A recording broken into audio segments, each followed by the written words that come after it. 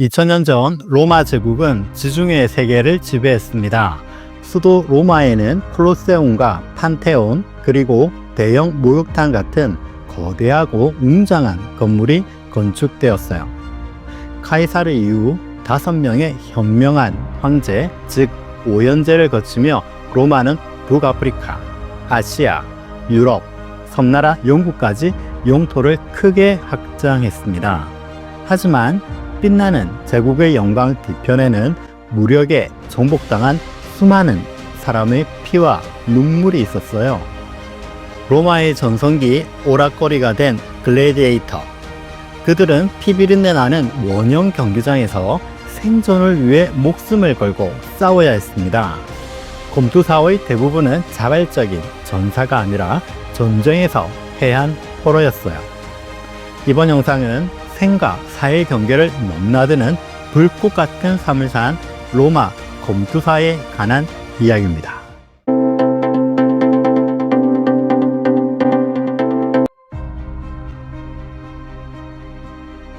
로마는 전쟁을 통해 성장한 제국입니다. 당시 로마 군대는 조직적이고 강력한 힘을 자랑했어요. 주변 나라를 정복한 로마군은 막대한 전리품과 함께 수많은 포로를 끌고 왔습니다. 북아프리카 카르타고의 명장 하니발과 싸운 스키피오의 포에니 전쟁, 황제가 되려던 카이사르의 갈리아 전쟁, 동방의 적대국 파르티아와 싸우며 벌인 대규모 원정 등을 통해 무수한 전쟁 포로가 생겼어요. 로마로 끌려온 사람들은 가혹한 운명을 받아들여야 했습니다. 대다수는 노예가 되었죠. 그들은 산속 깊은 광산이나 이글거리는 태양 아래 드넓은 대농장에서 죽을 때까지 노동해야 했어요. 전쟁에서 졌다는 이유로 인권이나 존엄성 따위는 전혀 기대할 수 없었죠. 노예가 된 포로 중에는 검투사가 된 사람도 있었습니다. 연극 전차경주 검투사 경기는 고대 로마 사람들이 즐긴 대표적인 구경거리였습니다. 그중 날카로운 무기를 든 검투사들의 피 튀기는 싸움은 당시 최고의 볼거리였어요. 위로는 황제부터 시작해 원로원 귀족, 로마 시민, 그리고 하층민까지 한 곳에 모여 함께 손에 땀을 쥐며 잔혹하고 치열한 전투를 감람했습니다. 수많은 사람이 모이는 화려하고 큰 경기에는 엄청난 인기와 돈이 걸려있기 마련입니다. 흥행의 핵심은 싸움에 능한 검투사들이 출전해 월등한 솜씨를 보여주는 것이었습니다. 그래서 엄격한 훈련을 통해 검투사를 양성하는 노예 감독관은 기량이 뛰어나고 전도 유망한 검투사를 선별하기 위해 세심한 노력을 기울였어요. 검투사의 능력은 신체 조건, 전투 실력, 풍부 군성, 그리고 출신 지역에도 영향을 받았습니다. 검투사들은 나라에 따라 뚜렷한 특성이 있었어요. 파르티아 같이 사막이 있는 중동 출신은 기동력은 뛰어났으나 좁은 장소에서 1대1로 대결하는 싸움에는 약했습니다. 산악 지형이 많은 스페인 출신은 치고 빠지는 게릴라 전술에 능했지만 공개적으로 맞붙는 환경에서는 좋은 성적을 내지 못했죠. 그에 반해 지금의 불가리아, 루마니아 지역을 지칭하는 다키아와 트라키아 출신 검투사들이 인기가 많았습니다. 그들은 체격이 단단하고 검술이 뛰어나 탁월한 재능을 뽐냈어요. 그와 함께 당시 갈리아라고 불린 프랑스, 브리타니아로 불린 영국 출신들도 선호했습니다. 로마인과 비교해 키가 크면서 근육이 많았고 덥수룩한 수염을 길러 경기장에서 강인한 모습으로 각인되었기 때문입니다. 검투사는 전쟁 포로 외에도 살인, 방화, 반란을 일으킨 범죄자도 있었고 자유민이지만 돈을 벌기 위해 자원에서 뛰어든 사람도 있었습니다. 가끔 흥미를 돋우기 위해 여자 검투사 경기도 열렸어요. 특이한 이 경기는 남자 관중의 호기심을 불러일으켰습니다. 경기 출전에 앞서 단련하는 검투사 훈련소는 단순한 훈련장이 아니라 철저히 통제된 감옥이었어요. 광대한 로마 제국 국경 각지에서 끌려온 포로들은 훈련소에서 새로운 정체성을 부여받고 싸움 기술을 익혔습니다. 엄격한 훈련을 받으며 다치거나 죽는 경우도 흔했죠. 검투사는 전투뿐 아니라 관중을 즐겁게 하는 쇼맨십을 보여주는 것도 아주 중요했어요. 대다수 경기는 정치적인 목적으로 개최되는 경우가 많아 사람들에게 흥분과 공감을 불러일으키는 행위가 필수였죠. 검투사 경기는 생존을 위한 처절한 전투이자 로마 시민들을 위해 만들어진 극적인 연출이라고 할 수 있습니다. 주로 국가 축제일이나 외국과의 전쟁에서 승전을 기념하기 위해 열렸습니다. 로마 황제와 귀족들이 대중의 환심을 사기 위해 막대한 돈을 쏟아부어 만든 요긴한 정치 도구라고 할 수 있어요. 권력자들은 무료로 경기를 관람하게 함으로써 민심을 안정시키고 자신들의 정치적 권위를 높였습니다. 원형 경기장에서 검투사들은 자신의 나라를 연상하게 하는 무기를 들고 싸울 것을 강요받기도 했습니다. 관객들에게 전쟁의 극적 긴장감을 선사하기 위해서였어요. 어쩔 수 없이 검투사가 된 전쟁 프로들에게는 무척이나 고통스러운 순간이었습니다. 싸울 상대가 같은 훈련소에서 지낸 오랜 동료이거나 같은 민족일 때는 깊은 심리적 갈등에 빠지기도 했죠. 대다수의 검투사는 1년에 평균 2~3차례 정도 출전했습니다. 부상당하면 회복할 시간이 필요했고 관중도 검투사의 같은 유행의 싸움을 자주 보면 지겨워했거든요. 경기당 시간은 보통 30분을 넘기지 않았지만 공식적인 시간 제한은 없었습니다. 매년 경기에 선다고 해도 10번도 싸워보지 못하고 죽는 검투사가 대다수였습니다. 생존율이 매우 낮아 단지 25%만이 10번 이상 싸울 때까지 생존했어요. 오래 살아남을수록 실전 경험과 기술이 축적되면서 열성 팬도 늘어나 그토록 원하던 자유민이 될 수 있었습니다. 전쟁 포로로 끌려와 경기장에 서야 했던 검투사의 기구한 삶은 인간의 생존 본능과 자유를 향한 원초적 갈망을 보여줍니다. 광대한 로마 제국의 화려함 뒤에는 사륙의 축제에 희생된 이름 없는 검투사들의 비극과 희생이 있었던 것입니다. 이탈리아를 상징하는 콜로세움은 고대 로마 문화의 중심지였습니다. 수많은 사람이 모인 콜로세움에서 맹수 사냥과 처형식 그리고 검투사 경기가 열렸어요. 로마 제국의 막강한 힘과 기술력을 상징하는 건축물에서 엽기적이고 잔혹한 일이 벌어진 것이죠. 이번 영상은 콜로세움에서 치열한 사투를 벌인 로마 검투사에 관한 이야기입니다. 서기 70년경 로마를 불태운 폭군 네로 황제가 죽고 혼란하고 어수선한 정치 상황에서 이스라엘에 있던 베스파시아누스 장군이 황제가 되었습니다. 그는 팔레스타인에서 일어난 유대인 반란을 진압했는데 황제로 즉위한 직후 로마 시민의 마음을 얻기 위해 콜로세움 건설을 지시했어요. 네로 황제가 세운 황금 궁전에 있던 거대한 인공호수를 메우고 콜로세움을 세운 것입니다. 그는 네로 시절의 사치를 비판하고 민중을 위하는 황제 이미지를 만들기 위해 노력했습니다. 건설에는 예루살렘 성전에서 약탈한 재물과 유대 전쟁에서 끌려온 포로들이 동원되었어요. 그의 아들 티투스 황제 때 완공된 콜로세움은 세계 최대의 원형 경기장입니다. 로마 중심부에 있는 콜로세움은 최대 8만 명의 관중을 수용할 수 있었어요.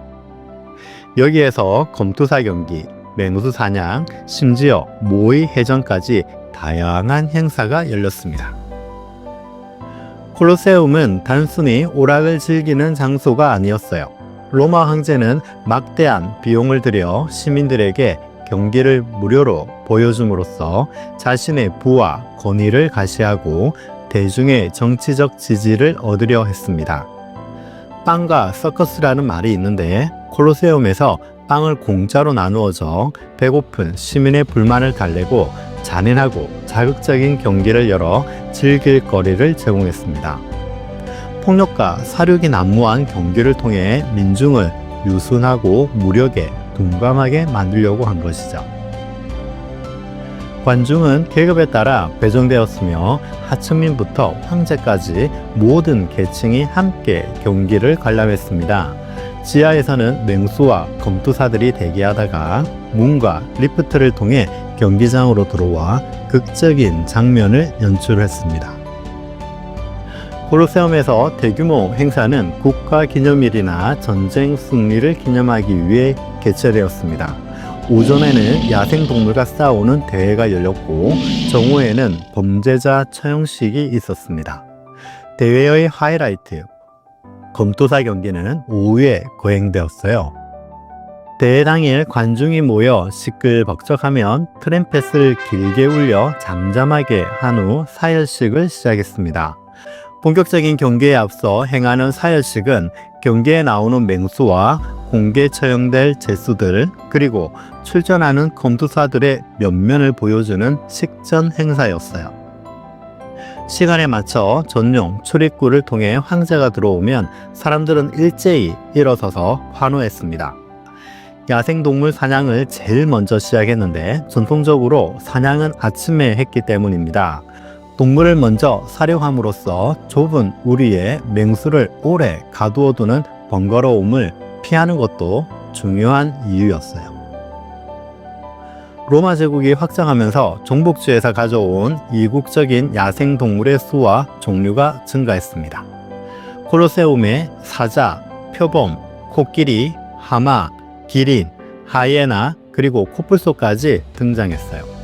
권력자들은 동물의 수를 경쟁적으로 늘리고 평소에 보지 못하던 이색적인 동물들을 보여주는 것이 자신의 정치 역량을 과시하는 거라고 생각했죠. 새로 정복한 지역의 동물들을 잔인하게 사냥함으로써 로마의 군사적 위협을 드러내려고 했습니다. 점심때에는 공개 처형이 거행되었습니다.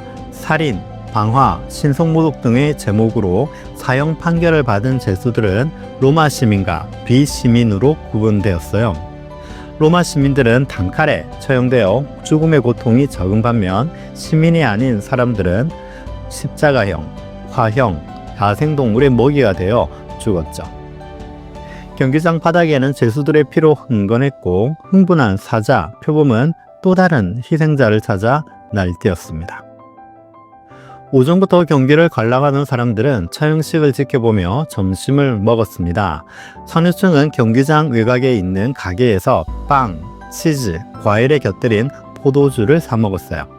화장실도 다녀오고 휴식을 취하며 그날 경기의 최고봉, 검투사 경기를 기다렸습니다. 검투사의 대부분은 전쟁 포로나 노예였어요. 로마의 변경 지역에서 전쟁에 패해 어쩔 수 없이 끌려온 전쟁 포로는 관중의 재미를 위해 아레나에 서야 했습니다. 자유시민 중에도 인기를 얻고 돈을 벌기 위해 자원하는 사람이 있었어요. 검투사는 루두스라는 훈련소에서 체계적으로 트레이닝을 받았습니다. 다양한 무기 사용법과 전투법을 배우며 경기를 준비했어요. 훈련은 매우 가혹하고 엄격했으며 검투사들은 살아남기 위해 체력을 강화하고 싸움 기술을 익혀야 했습니다. 동시에 감옥같이 절대적인 규율에 따라야 했죠. 명령에 따르지 않으면 벌을 받았습니다. 검투사를 양성하는 노예 감독관은 검투사들의 훈련과 모든 생활을 관리하며 전투에 대비하는 역할을 맡았습니다. 그들은 검투사들이 죽음에 대한 두려움을 극복하고 군중 앞에서 최선을 다해 싸우도록 정신교육을 시켰어요.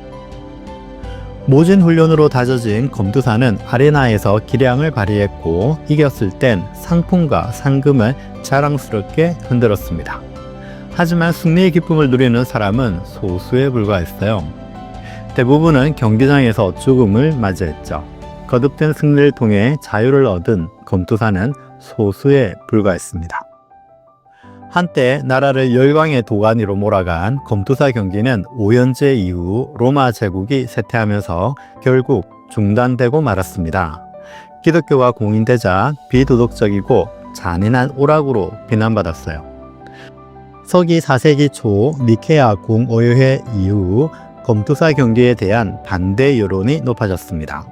콘스탄티누스 황제는 검투사 경기 폐지를 위한 최초의 명령을 내립니다.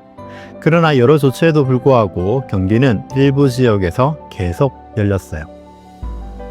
로마 제국 말기가 되자 정치적인 혼란을 겪었고 경제 위기가 심해졌습니다.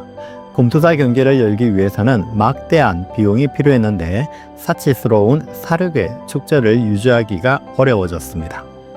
검투사들을 훈련하는 루두스와 경기장 운영 비용도 국가 재정에 부담이 되었죠.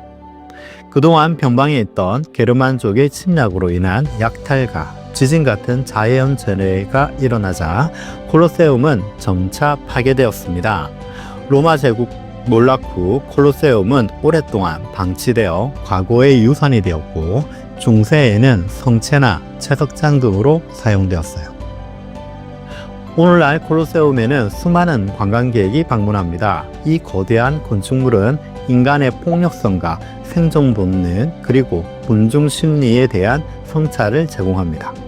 로마인들은 이곳에서 잔인한 경기를 보며 즐거워했고 무의식 중 폭력이 사회적으로 용인되는 걸 동의했다고 할 수 있어요. 전쟁 포로가 되어 자신의 의지와 상관없이 강제로 싸움에 내몰린 검투사를 통해 인간의 생명이 한순간에 누군가의 이익을 위해 희생될 수 있다는 아찔함을 느끼게 됩니다. 광기에 찬 로마 문화를 보며 인간의 존엄과 권리를 현실에서 어떻게 보정하고 실현할 것인가를 생각하게 됩니다. 로마 제국의 황금기는 5명의 황제가 연속해서 통치한 오현제 시기였습니다. 오현제의 마지막 마르쿠스 아우렐리우스가 죽고 그의 아들 코모두스가 황제가 되면서 로마는 급속하게 쇠퇴하기 시작했어요. 수도와 철학을 대표하는 명상록을 저술해 철인 황제로 불리는 마르쿠스 아우렐리우스와 대조적으로 코모두스는 격렬하고 치열한 검투사 경기에 빠져들었습니다. 그는 황제인데도 불구하고 직접 경기장에 나가 상대 검투사와 싸웠습니다. 이번 영상에서는 로마의 헤라클레스가 되고 싶었던 검투사 황제 코모두스에 관해 알아보겠습니다. 철학을 좋아한 지혜로운 통치자 마르쿠스 아우렐리우스 황제는 로마 귀족 출신의 아내 파우스티나사에 의해서 14명의 자식을 낳았습니다. 영아 사망률이 높던 시절 그중 1명의 아들과 5명의 딸이 성인이 되었어요. 코모두스가 아들이었고 맏딸이 루킬라였습니다. 서기 180년 마르쿠스가 도나우강 전선에서 게르만족과의 전쟁을 직접 지휘하다가 사망하자 19살의 나이에 코모두스가 황제로 즉위합니다. 코모두스의 성격과 행동은 아버지와 정반대였습니다. 정적이고 제국의 공익을 추구한 마르쿠스와 달리 코모두스는 몸싸움이 심한 스포츠를 즐기고 자신의 사치와 쾌락을 더 중시했어요.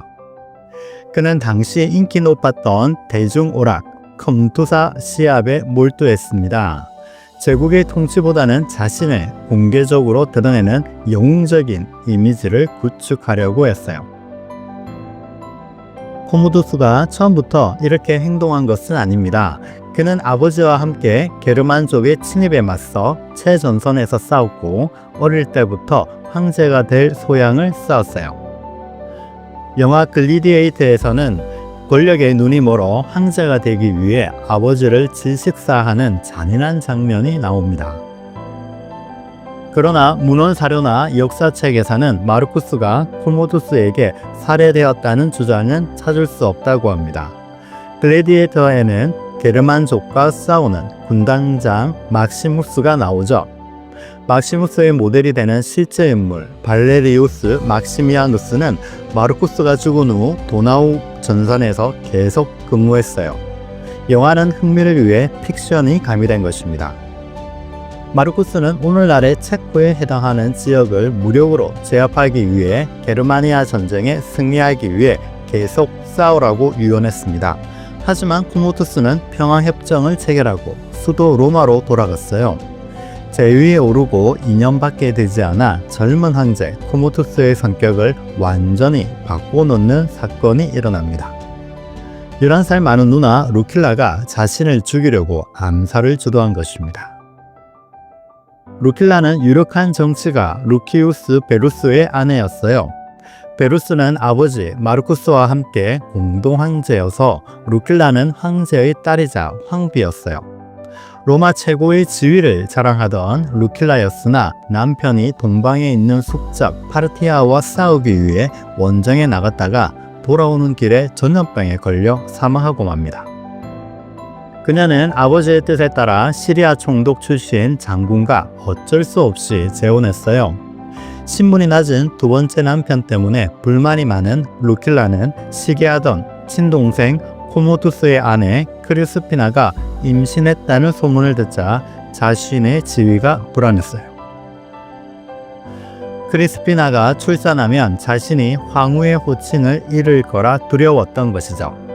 당시에는 황비라도 황후의 칭호는 첫 아이를 낳았을 때 받는 경우가 많았습니다.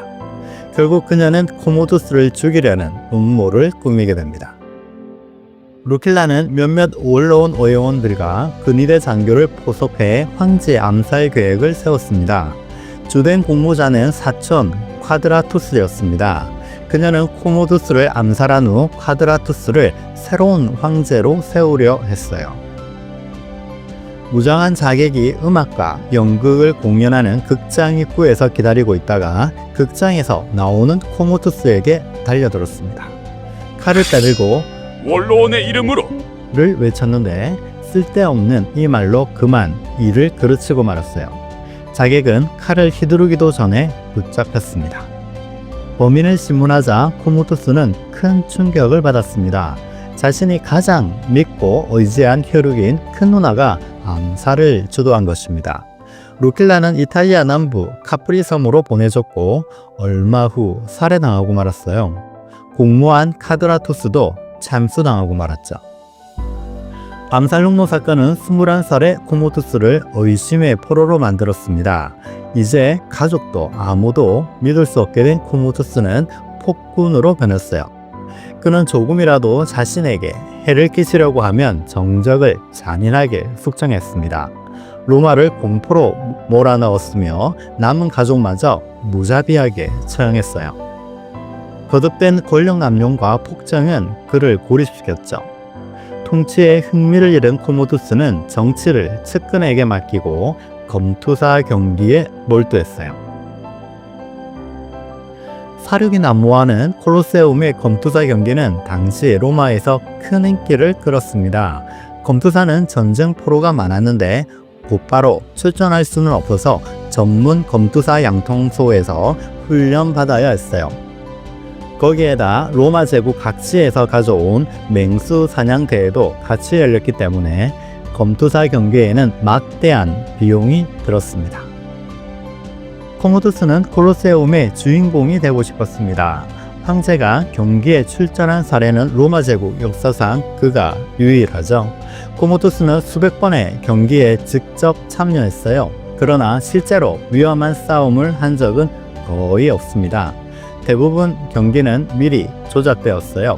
그의 싸움은 연극에 가까웠습니다. 상대는 무기를 제대로 갖추지 않았거나 황제를 위해 특별한 규칙이 적용되었죠. 코모투스는 로마의 헤라클레스가 되고 싶었습니다. 자신을 그리스 신화 속 헤라클레스와 동일시하며 사자 가죽을 뒤집어쓰고 오른손에는 곤봉을 든 조각상을 제작했어요. 자신의 아버지가 제우스이며 자기는 그 아들 헤라클레스의 환생이라며 로마의 헤라클레스라고 자칭했습니다. 철없는 망상에 빠진 것이죠. 이색적인 검투사로서의 활동은 대중의 환호를 받았지만 상류층과 올라온 의원들은 이를 경멸했습니다. 귀족들은 코모두스의 행동이 황제의 품격을 해치는 행위라고 비난했고 정치를 더욱 불안하게 했어요. 코모두스는 시민들에게 자신의 신격화를 강요했고 점차 민심을 잃었습니다. 코모두스의 빈번한 검투사 경기 개최는 국가 재정에 큰 부담이 되었습니다. 시합을 위해 쏟아부은 막대한 돈은 제국의 부채로 돌아왔고 민중의 생활은 갈수록 어려워졌습니다. 화려하고 성대한 경기를 위해 자금은 고갈되었고 로마 제국이 쇠퇴하게 되었죠. 공포 정치와 경제 파탄으로 나라가 혼란해지자 192년 애첩 마르키아와 침실 담당 하인이 공모해 31살의 코모두스를 살해했습니다. 황궁 목욕탕에서 목욕하던 중 자신의 레슬링 코치에 의해 목 절려 죽고 말았어요. 자신이 가장 믿었던 사람들에게 배신당해 생을 마감한 것입니다. 이후 로마는 극심한 혼란에 빠졌습니다. 여러 인물이 황제 자리를 차지하려고 일어나 1년 동안 무려 5명의 황제가 즉위하는 내전이 발생했습니다. 로마는 코모두스를 시작으로 나라가 기울었다고 할 수 있어요. 검투사 황제 코모두스. 그는 로마의 영광과 쇠퇴를 동시에 보여주는 특이하고 상징적인 인물이라고 할 수 있습니다. 이번 영상에서 궁금한 점이 있으면 아래 댓글을 달아주세요. 약이 되는 이야기 채널 시청해 주셔서 감사합니다.